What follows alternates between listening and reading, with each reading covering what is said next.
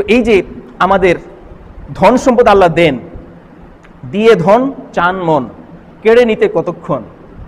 আল্লাহ ধন সম্পদ দিয়ে মানুষের পরীক্ষা করেন যে আসলে সে ধন সম্পদ পেয়ে আমাকে ভুলে যায় নাকি আমাকে মনে রাখে, আমার শুকরিয়া আদায় করে। কিছু মানুষ আছে আল্লাহ প্রাপ্ত ধন সম্পদ মনে পেলে আল্লাহর কথা ভুলে যায়, এই ধন সম্পদের মধ্যেই নিজেকে ব্যস্ত রাখে। আর কিছু মানুষ আছে আল্লাহর সম্পদ পাওয়ার পরে আল্লাহ যে ধন সম্পদ তাকে দেয়, ঐশ্বর্য দেয়, প্রাচুর্য দেয়, এটা পাওয়ার পর আল্লাহর শুকরিয়া আদায় করে, সারাদিন নামাজ, ইবাদত, বন্দেগী, দান সদকায় কাটাইয়ে দেয়। যারা অকৃতজ্ঞ, এক ব্যক্তিকে একজন আলেম জিজ্ঞেস করছিলেন, নামাজের সময় সে দোকানে বসে থাকে, দোকান করে, মসজিদে যায় না। তো জিজ্ঞেস করলো, ভাই আপনি নামাজের সময় আজান হইছে মসজিদে যান না, কারণ কি? নামাজ পড়েন না।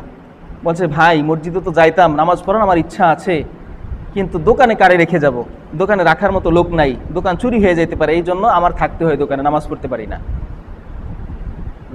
তো আলেম জিজ্ঞেস করলেন যে আপনার যখন টয়লেটে চাপে প্রাকৃতিক কাজের প্রয়োজন হয়, প্রস্রাব বা পায়খানার প্রয়োজন হয়, তখন আপনি কি করেন?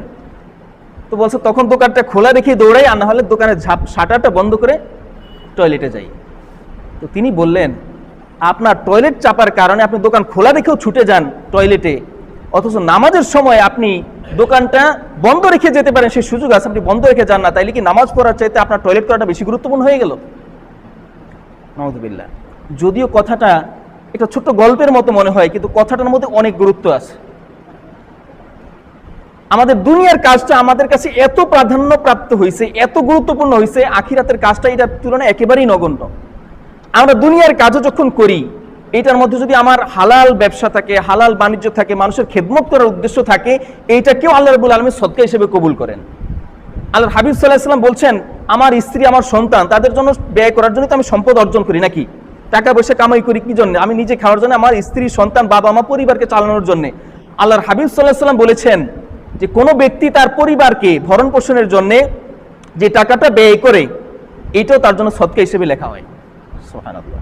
যদি সেটা হালাল হয়, আর সে পরিবারের দায়িত্ব তার উপরে আল্লাহ দিয়েছেন, এটা মনে করে যদি পরিবারের জন্য ব্যয় করে, এটাও তার জন্য সদকা হিসেবে লেখা হয়। তো দুনিয়ার কাজটাও আখিরাতের কাজে পরিণত হয় যখন এটার মধ্যে ইখলাস থাকে, আল্লাহর সন্তুষ্টির উদ্দেশ্য থাকে, আর আল্লাহর প্রাপ্ত দায়িত্ব পালন উদ্দেশ্য থাকে। তা আপনি যখনই এই আখিরাতের কাজটাও দুনিয়ার কাজে পরিণত হয়, যখন আমি আখিরাতের কাজ করবো দুনিয়ার উদ্দেশ্যে, নামাজ পড়বো মানুষকে দেখানোর উদ্দেশ্যে, নামাজ পড়বো একটা ভোট পাওয়ার উদ্দেশ্যে, নামাজ পড়বো মানুষের দৃষ্টি আকর্ষণ করে আমাকে নেতা হিসেবে নির্বাচন করার জন্য, যখন এগুলা করব, এই দিনই কাজগুলা মানুষকে দেখানোর উদ্দেশ্য করব, তখন এই কাজগুলো দুনিয়ার কাজে পরিণত হয়। তাইলে সবকিছুর মূল হলো ইখলাস, খুলুসিয়াত, নিয়াত। আল্লাহর হাবিব সাল্লাল্লাহু আলাইহি ওয়াসাল্লাম বলেছেন কি, ইন্নামাল আমালু বিন্নিয়াত, প্রত্যেকটা কাজই তার নিয়তের উপর নির্ভরশীল। ইন্নামাল আমালু বিন্নিয়াত, হাদিসটা অনেক বড়। ওয়া ইন্নামা লিকুল্লি ইমরিইম মা নাওয়া, ফামান কানাত হিজরাতুহু ইলাল্লাহি ওয়া রাসূলিহি ফাহিজরাতুহু ইলাল্লাহি ওয়া রাসূলিহি, ওয়া মান কানাত হিজরাতুহু ইলা দুনিয়া ইউসিবুহা আও ইমরাআতিন ইয়ানকিহুহা ফাহিজরাতুহু ইলা মা হাজারা ইলাইহি। এই হলো পুরো হাদিসটা। এটা ওমর ইবনে খাত্তাব রাদিয়াল্লাহু তাআলা আনহু থেকে বর্ণিত। এই হাদিসে আল্লাহ রাসূল সাল্লাল্লাহু আলাইহি ওয়াসাল্লাম বলেছেন, প্রত্যেক ব্যক্তি যে নিয়ত করে সে অনুযায়ী সে এটার প্রতিদান পাবে। বুঝতে পারছেন? কেউ কুরবানি করলো পরিবার পরিজনকে খাওয়ানোর উদ্দেশ্যে, যে পরিবার পরিজন, আত্মীয় স্বজন, জামাইরা আসবে, তাদেরকে মুখ দেখাবো কেমনে, তারে খাওয়াবো কি, তার কুরবানিটা ওই দুনিয়ার জন্যই কবুল হলো। আর যদি নিয়ত করে যে আমি আল্লাহর উদ্দেশ্যে কুরবানি করতেছি, আল্লাহ ওয়াজিব করছেন, এরপরে এটা আমাদের জন্য হালাল করছেন, আমরা খাবো, তাহলে তার এই নিয়তের কারণে আল্লাহ এটা কবুল করে নেবেন সওয়াব হিসেবে, আর সে গোশতও খাইতে পারবে। তো যার নিয়তটা হবে নেক আমল, তার নিয়তটা সেভাবেই কবুল হবে। আর যে দুনিয়ার উদ্দেশ্যে, বা এই হাদিসের অর্থ হলো, এক ব্যক্তি উম্মে কায়েস নামে এক মহিলাকে বিয়ে করার জন্য, খুব সুন্দরী সুশ্রী ছিল, তাকে বিয়ের প্রস্তাব দিছে। তো সে আল্লাহর হাবিব সাল্লাল্লাহু সাহাবা একরাম যখন মদিনা হিজরত করে গেল, তখন সে ওই লোকটাকে বলল, সে চিন্তা করলো এই লোকটাকে যদি ভালো একটা কাজ করাইতে পারি তাহলে আমারও উপকার হবে, সে কাজ করলে সবটা আমিও পাবো। তো ওই মহিলা তাকে একটা শর্ত দিল যে তুমি যদি সাহাবা একরামের সাথে হিজরত করো তাহলে আমি তোমাকে বিয়ে করতে রাজি। কারণ ওই সময় হিজরতটা অনেক বড় একটা সওয়াবের কাজ। তো ওই লোকটা ওই মহিলাকে বিয়ে করার উদ্দেশ্যে হিজরত করলো, মদিনায় গেল।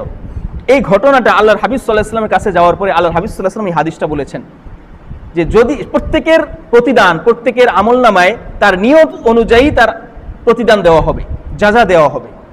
তো কেউ যদি আল্লাহ এবং তার রাসূলের উদ্দেশ্যে হিজরত করে, তাহলে আল্লাহ এবং তার রাসূলের উদ্দেশ্যেই তার হিজরতটা তার আমলনামায় লেখা হবে।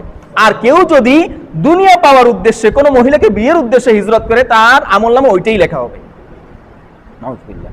এই জন্য আমাদের নিয়তটাকে আগে স্পষ্ট করতে হবে, আমাদের নিয়তটাকে আগে পরিশুদ্ধ বিশুদ্ধ করতে হবে, তাহলে আল্লাহ রাব্বুল আলামিন দুনিয়ার কাজগুলোকেও আমাদের আখিরাতের কাজ হিসেবে কবুল করবেন। সকলে বলি আমিন।